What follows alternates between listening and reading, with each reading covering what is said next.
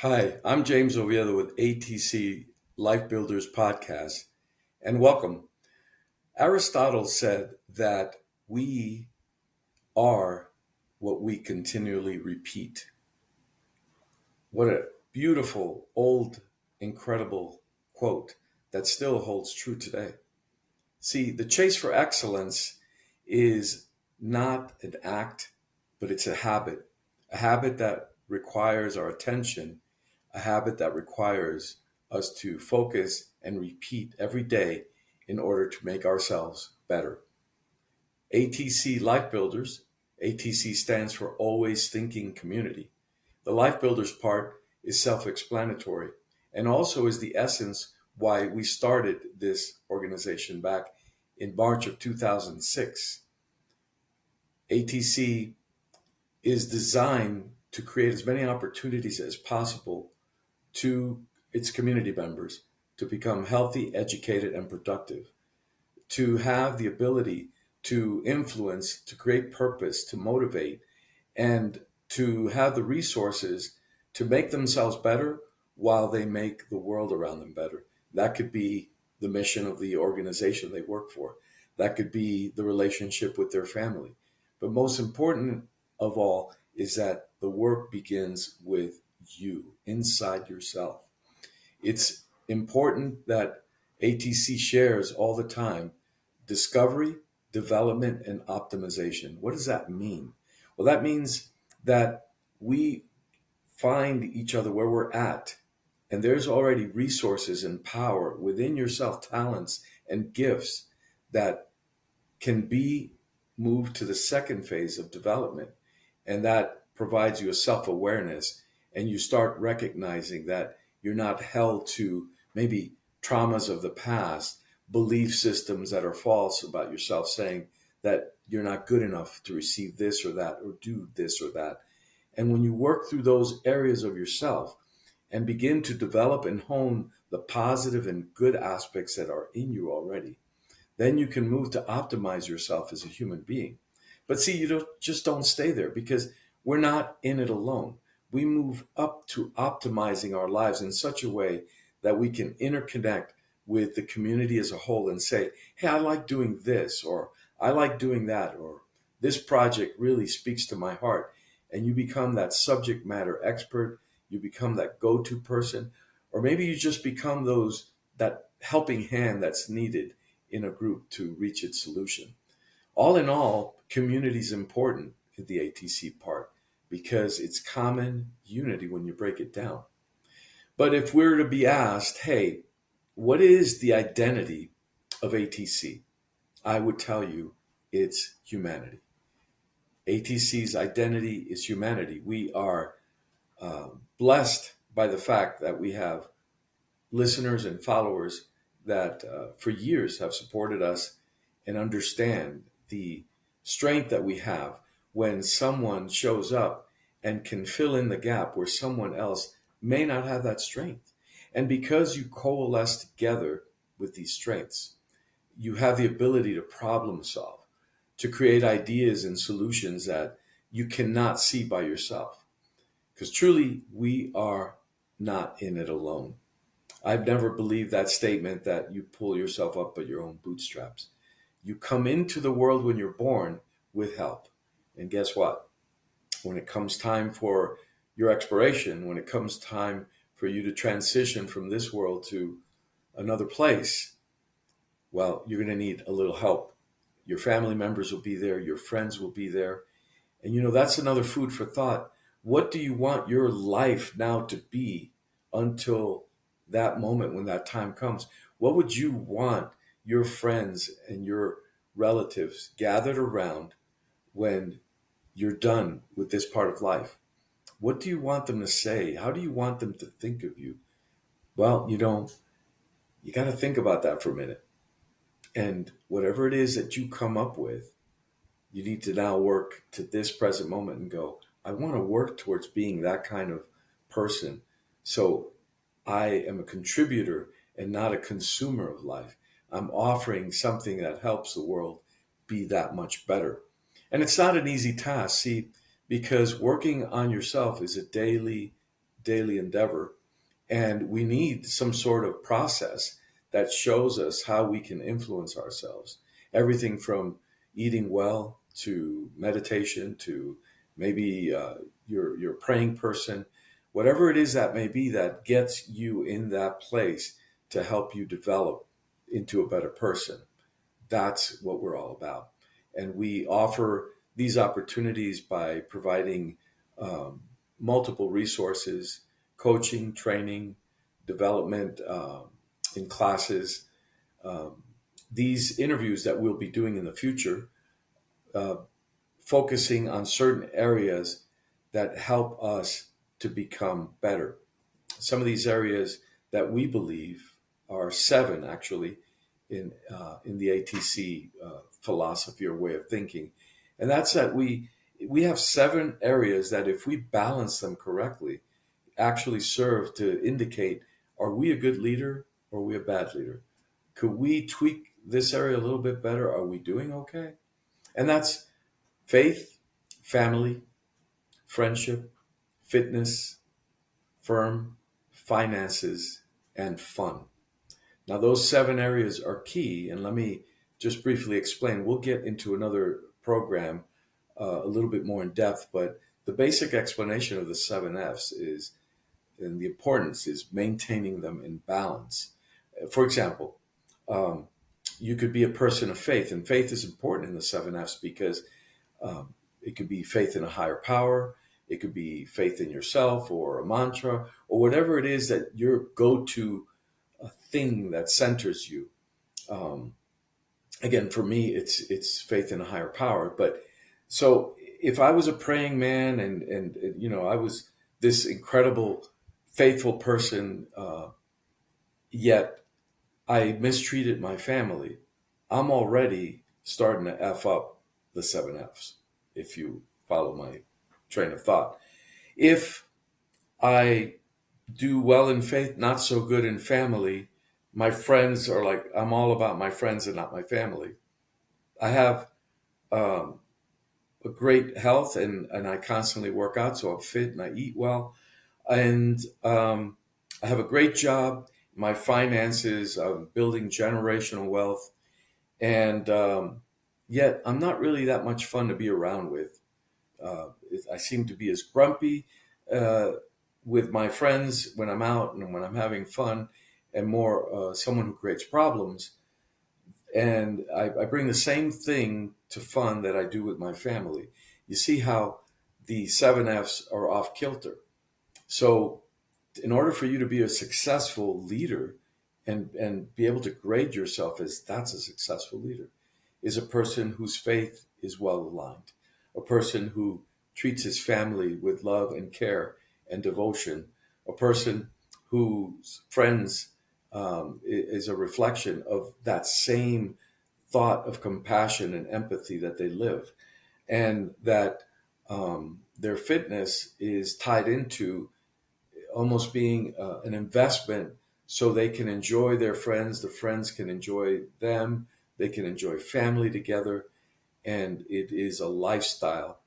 And then when it comes to work, there's someone that the workplace can count on, someone that's a role model to other employees, someone that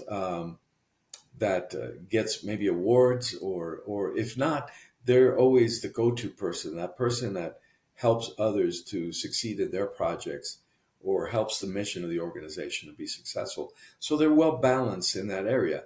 And meaning when it's time to go home too, that they go home and they are that good spouse and good father or mother and friend. And in their finances, obviously, they're doing the right things, good balance. And now we move to fun. And they're a person that everyone enjoys being around. Someone from their own family to their friends to people at work just look at that person and you know that's the one that they say always has a smile on their face, wakes up in the morning and like my wife does. I really love that about her. She always has a smile on her face, and that's always she's been a role model for me that way to look and say that's awesome because I'm more the serious type. I don't wake up grumpy, but certainly I'm immediately in that meditative mode looking at what can I do?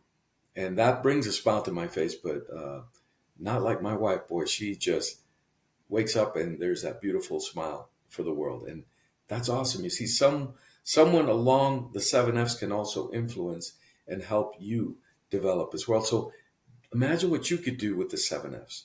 If you keep them in balance, you can utilize that to be able to influence the world around you and help the world around you seek its purpose and accomplish their goals and their mission, whether for personal development or professional development, or most important too, for the mission of the organization or the family or the community at large. You're not in it alone. And it's important to understand that when the community succeeds, you succeed as an individual. But when you're just succeeding as an individual, it's not really as impacting, and usually we fail because there's selfish attitudes that come into place or things that occur that get in the way. The individual shadow of the person comes out and sabotages the overall group. Have you ever seen that happen in the workplace? It does, right? There's toxic places to work where it's all about achievement and not about community and about working together and having that kindness and compassion for that other human being that's at the workplace. It's a terrible and sad environment, but it exists. And this is why in today's day and age, we are in such an urgent need for leadership. The nation, the world, our mental well-being is in great need of good leaders. And a good leader is one that's run by a vision that's supported and inspired and motivated by a strategic plan and thinking.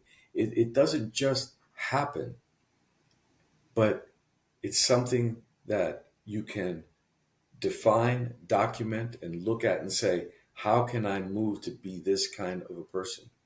Now, you don't have to get super intricate. You can if you want to, but it does require some sort of reflection, some sort of pause and saying, hey, I really need to think about my life and how I affect others and how I've been affected by others. And what do I do with that? Did I have the right perception? You see, because it starts in your thinking. You have over 70,000 and 95,000 thoughts that just come random in your headspace every day. And we oftentimes don't pause to think, are we letting our thoughts run our lives, or are we running our thoughts and therefore running our lives? You see, because how you think begins to develop this intention in you. And that intention creates the reality that you live in. That's something to think about. You see, because wrong thought, wrong intention, bad reality. And when someone lives in a chronic, stressful, toxic mindset, and the culture that they're in, it substantiates and supports that, it creates some really bad mental effects, anxiety, and some other terrible, terrible things that you see in today's society. We're suffering from a lot of depression and mental illness and other things that are affecting us. We're very mindful of that at ATC, and we read all the research and the neuroscience out there because we want to bring this stuff to you, the listener and viewer, and to ourselves because, hey, we're all about developing ourselves. We can't impart what we don't possess. So it's critical for us to look at ourselves and say, what do I need to do to be better, to make the world around me better? So this is what the ATC Lifebuilders podcast is all about, you would say. Again, we've been around as a nonprofit since 2006 and had the blessing of doing some incredible things out there in the community. That we will have some podcasts coming that will highlight some of these cool things. But we're not about saying, hey, look at me, we've done this, we've done that, because there's a lot of people that we need to point to that have been right there, shoulder to shoulder with us And that's where the successes come. Just people coming together, um, excited about developing themselves, their self-awareness, connecting with the community, and having that conscious state of being with everybody, everyone understanding that this is for a much bigger purpose, a much higher picture, if you will. So that really excites us. I've been asked by some of our followers that they said, James, when you do a podcast, would you tell us what do you think are three things that help empower us as a human being? And that's a very, very great question. For me, I would say it's clarity, peace, and freedom. Now, clarity is important because if you were to be starting a journey, where you start is critical. You see, if you're wanting to travel south, but you're facing north, and you begin to take those first steps that turn into miles later on, heading south, when you thought, when you thought you were facing south, but you're really facing north, you're going completely the opposite way because your plan is ineffective. You didn't realize your starting point. We have to be so careful where our starting point is. And that's as simple as listening to someone saying, well, we think you should turn around and face north to head south. Well, you're going to have to think that one on your own and make your own decision. But as for me, I would rather make sure that my first step is heading in the direction I'm supposed to be going. So clarity is very, very important. Another story I can share about that was many years back, I was doing quite a bit of traveling, speaking in different places. And after a while, if you travel to enough airports, they all look the same. And one of these airports, it was in Oregon or Seattle, and I hadn't been sleeping very well and got off the plane and got the rental vehicle and started heading in the direction I thought I knew where I was supposed to be this keynote speaker. And I realized, I said, as I'm traveling, oh my goodness, I'm not quite sure the address. I thought it was this number. And so I have a map opened up and I pull over on occasion and kind of look at it. And of course, right, I did the typical man thing. I didn't bother calling, asking for directions. I figured I could figure this out. I got this. I travel all over the United States. I've traveled all over the world. So I could figure this out. The time started growing nearer and nearer to when I needed to be there. And I came to this incredible realization. I mean, literally, my heart was racing. I was praying. I was just pleading, why can't I figure this out?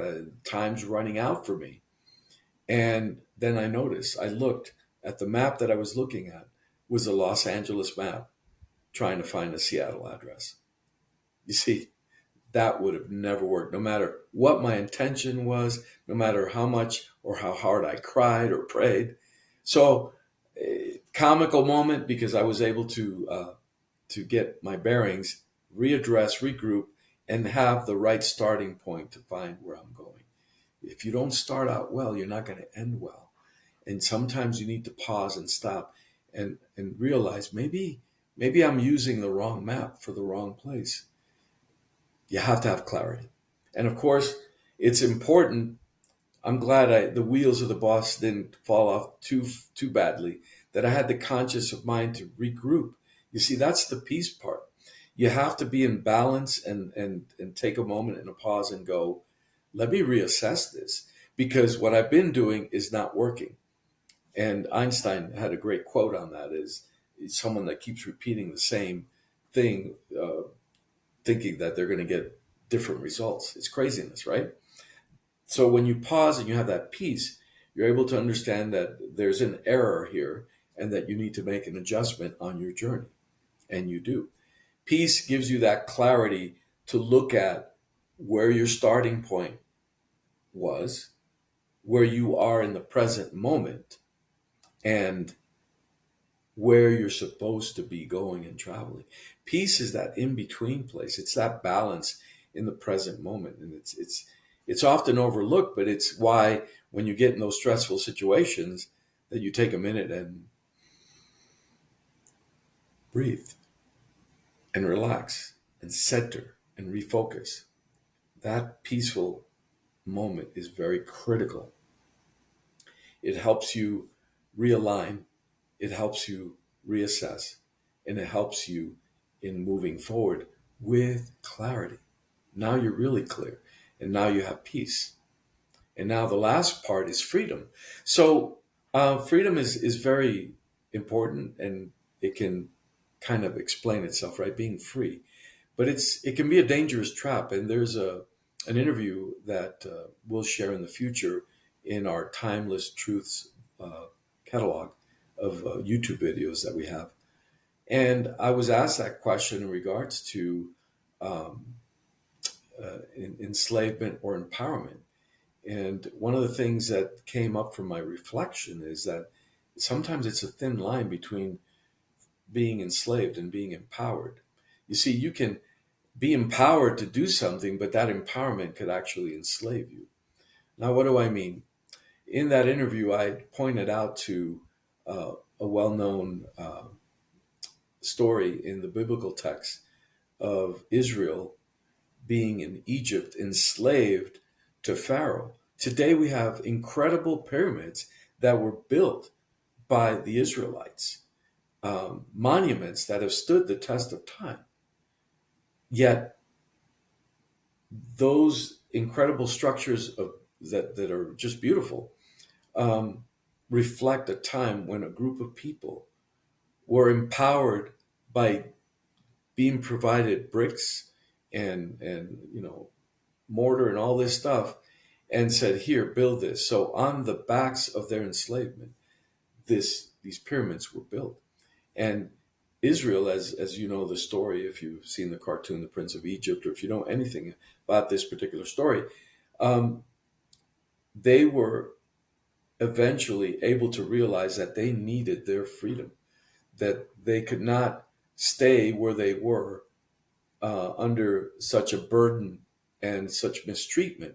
And then a leader arose, Moses, right? Leadership, good leadership, arose and was able to mobilize them from this place of enslavement and to truly wander until they got to a place of being empowered by taking back their narrative and taking back their life. And it's a great story because even on our journey, right, we may go from an Egypt Pharaoh slave type concept, but we still have to wander that desert, and we still have to figure it out before we actually get to the promised land. And yet, but the cool thing is, once again, community. Moses was the leader, but he wasn't out there just by himself. He was not in it alone. He was there with a group of people, a community, common unity that identified as a humanity, the Jewish people, and were able to trek through this journey to get eventually to the promised land. Now, there's some other side notes to that story. I won't get in it today because of time, but suffice it to say, the story of us being empowered or being enslaved can be a thin line sometimes. So we need to be careful. Um, a final story to add to that as well was Houdini. Houdini was, if you know, was a great magician, escape artist who they no matter what they put him in, he could just escape it all. And in one of his challenges, they put him in this prison that I believe it was London. They said there's no way that this prison in England that it's so escape proof that even the great Houdini could not escape from it. And so Houdini, of course, having his magic tricks to being able to get out of any lock. Some of those things are well known and documented now. Like he would hide what appeared to be some sort of key somewhere where he could then regurgitate it or pull it out or whatever, and be able to pick a lock or do what he was supposed to come out at the right moment when everyone thought that there's no way he could escape this. Well, he was in this cell that they put him in, and they put him in a straitjacket in the cell, that kind of stuff with locks. Well, getting out of the straitjacket and the the locks that he was in was not a big endeavor for him. It was something he was comfortable and great at. And he finally got out of his straitjacket and locks, and now he goes to work on the lock that they said could not be broken. There's no way he could leave this cell. So he picked and he worked, and he was in there for quite some time. And they said it got to the point where he was almost going to give up. Wow, picture that. The great Houdini couldn't escape this particular cell. And just when he was in that moment of, I don't think I can do this, he happened to lean on the door and it opened up. You see, because the jail cell door was never locked. It was always open. And he approached it like it was locked. And he approached it like all the lock problems that he had faced before up until that point, that he didn't do the simple thing of just pushing on it and seeing that it would open. And that so speaks to me in the sense of how many times I put myself in a position where I had the ability to escape the cell that I put myself in by just opening the door. And we at ATC like to think of us as people that can provide you the opportunities for you to be able to escape maybe the cells that you put yourself in. Life at its best can be a challenge and difficult.